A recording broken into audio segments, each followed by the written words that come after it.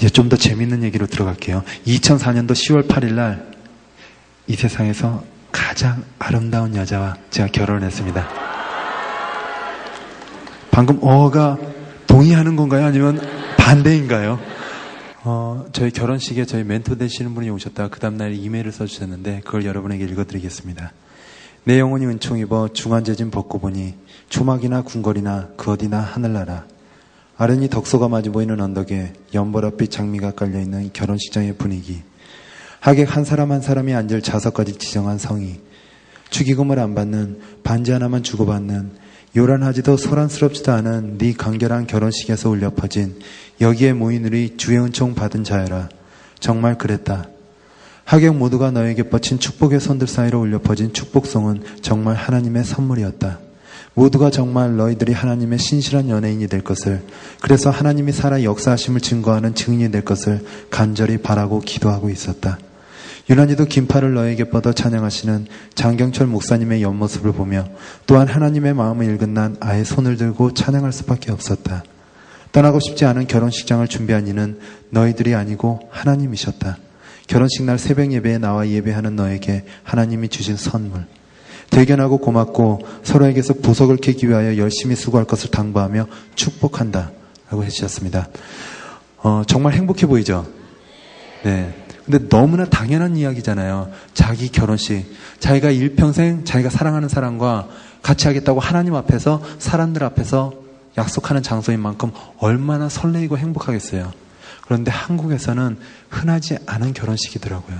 작년에 어떤 분이 저에게 이메일을 써주셨어요. 그분이 본인이 결혼식장에서 일을 했다 그러면서 결혼식장에서 일을 하면서 결혼에 대한 모든 환상이 다 깨졌다라고 말씀을 하시더라고요. 많은 커플들이 결혼식장 들어가기 바로 전까지 싸우는 모습을 봤대요. 그리고 어떤 커플들은 싸우다 들어가기 바로 전에 파혼을 하는 경우도 봤다라고 얘기를 하더라고요. 그런데 이상한 게 분명히 싸운 커플 또한 또 파혼한 커플 또한 둘이서 서로 사랑했기에 이 사람이면 평생 같이 할 수 있겠다라고 생각이 들어서 결혼을 약속했을 테고 결혼식을 준비했을 테고 하객분들을 초대했을 거 아니에요. 그런데 가장 행복해야 할 그 순간 싸우거나 파혼까지 이르는 거예요. 여러 가지 개인적인 이유가 있겠지만 저는 크게 두 가지를 둬요. 하나는 혼수와 예단, 또 하나는 축의금. 혼수와 예단 같은 경우 옛날부터 내려오던 거잖아요. 분명히 좋은 의도였을 거예요. 그런데 지금 혼수와 예단이 뭐냐 하면요, 제 생각에는 체면이에요. 우리나라 결혼 문화 때문에 체면이 결혼에 너무나 중요한 파트가 됐어요. 우리나라 결혼은 뭐냐면 양가가 합치는 게 결혼이라고 그러잖아요. 우리나라. 그러다 보니까 우리 집안 체면이 너무나 중요해요. 우리 집안 며느리로 들어오면서 혼수와 예단을 충분히 해와야지. 우리 친척의 친척 것까지 다 가져와야지. 우리 집안이 어떤 집안인데 우리 딸아이를 충분히 챙겨서 보내야지. 물질적인 게 돼버렸어요. 그러다 보니까 행복한 결혼식을 준비하면서 빚까지 진대요. 내가 없어도 체면은 채워야 되니까. 혹시 법에 혼수와 예단을 꼭 해야 된다, 안 하면은 깜빵에 간다라는 걸 들어보신 적 있으세요? 그러면 자기가 가장 행복해야 할 그 결혼식 날 나를 행복하지 못하게 하는 요소가 있다면 없애면 되잖아요.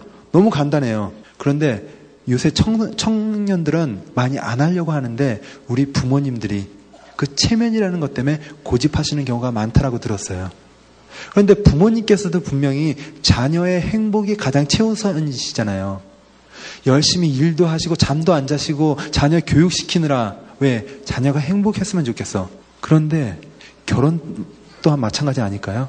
그렇다면 부모님을 설득해서라도 부모님 이 혼수와 예단 때문에 부담이 너무 가니까요, 앞으로 정말 행복하게 살아가는 모습으로 보답해드리겠습니다. 혼수와 예단은 없이 했으면 좋겠습니다라고 말씀을 드리는 게 올바른 선택이 아닌가.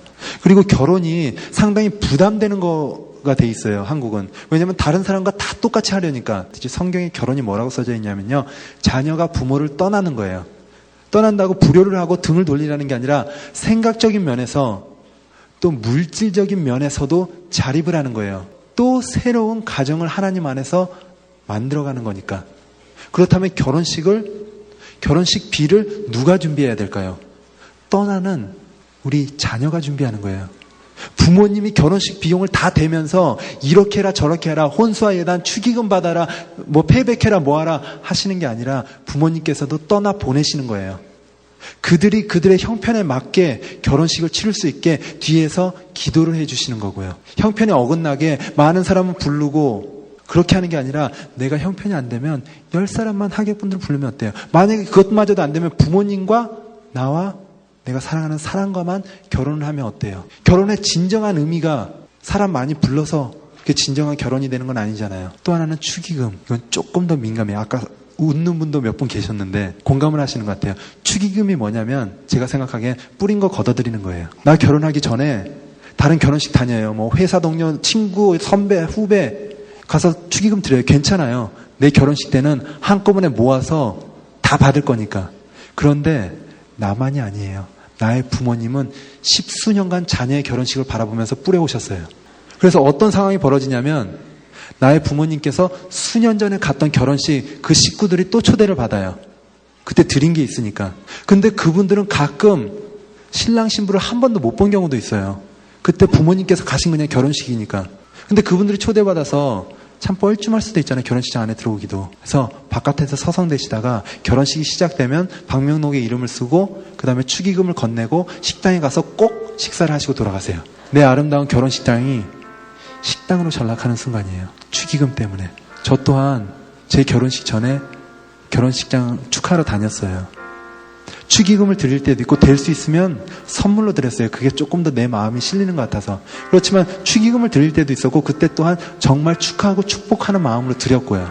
하지만 저희 결혼식 때는 축의금을 안 받았어요. 근데 잠시 생각해 보세요. 저희 부부가 제 아내도 연기자예요. 연예인이에요.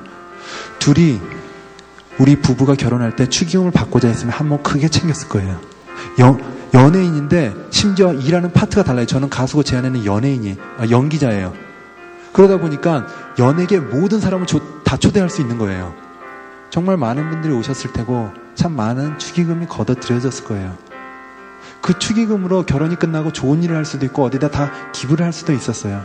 그런데 우리 부부에게 결혼식이라 하면 우리 부부가 일평생 하나님께 드릴 수 있는 가장 성스러운 예배였어요. 그 예배를 준비하면서 물질적인 것, 세상적인 걸 내려놓고 포기함으로 나의 하나님께서 어떻게 아름답게 준비해 주시나 하는 그런 기대감으로 하고 싶었고요. 그래서 내려놨어요. 포기했어요. 정말 아무것도 준비를 안 했더니 하나님께서 너무나 아름답게 채워주시더라고요. 보셨듯이 정말 아름답잖아요. 오신 200분을 딱 초대했는데 그분들이 또한 너무나 행복해 하셨고 방금 읽어드린 이메일처럼 떠나고 싶지 않은 결혼식이라는 고백을 해주셨어요. 그런 결혼식 가보신 적 있으세요? 너무나 이 장소가 축복되고 아름답고 그래서 결혼식이 끝났는데도 안 일어나시더라고요. 근데 결코 짧아서가 아니에요. 결혼식을 5시간 동안 했어요. 본식 1시간에 식사 1시간 그리고 3시간 동안 동료 가수들이 나와서 노래도 주고 춤도 추고 또 덕담도 나누면서 그 긴 5시간 결혼식이 끝났는데도 떠나고 싶지 않은 결혼식이라는 고백을 해주셨어요. 왜요? 나의 하나님께서 준비해 주셨기 때문에요. 청년분들은 어떤 결혼식을 꿈꾸세요? 특히 자매분들 어려서부터 영화 보면서 그 영화의 결혼식 주인공이 나였으면 좋겠다 그렇게 꿈꿔오시잖아요. 근데 막상 현실이 되면은 혼수와 예단에다 축의금 세상적인 것들 때문에 그 모든 게 무너지고 이 하루가 빨리 지나갔으면 기억하고 싶지 않은 하루가 되는 경우가 많아요. 어떻게 하시겠어요? 세상적인 걸 붙잡고 가장 중요한 행복을 내려놓고 가시겠어요? 아니면 행복을 붙잡고 다른 걸 내려놓고 아름다운 결혼식, 떠나고 싶지 않은 결혼식을 하시겠어요? 여기 어르신들 어떻게 하시겠어요? 자녀분들을 사랑하시잖아요. 자녀분들의 행복이 가장 최우선이시잖아요. 체면 때문에 혼수와 예단, 또 축의금 그런 것 때문에 정작 행복해야 할 부모님들의 자녀가 그 행복한 날 그다지 행복하지 못하고 싸우면서 보내게 하시겠어요? 아니면 그들이 알아서 기도하면서 하나님 앞에서 아름다운 예배로 드려질 수 있도록 기도로 도와주시겠어요? 선택하실 수 있습니다. 여기 계신 모든 분들은 청년분들 또 부모님들 내 자녀 결혼식 때 오신 하객분들이 떠나고 싶지 않은 결혼식이라는 고백을 하시는 그런 결혼식을 하시길 주님의 이름으로 축복합니다.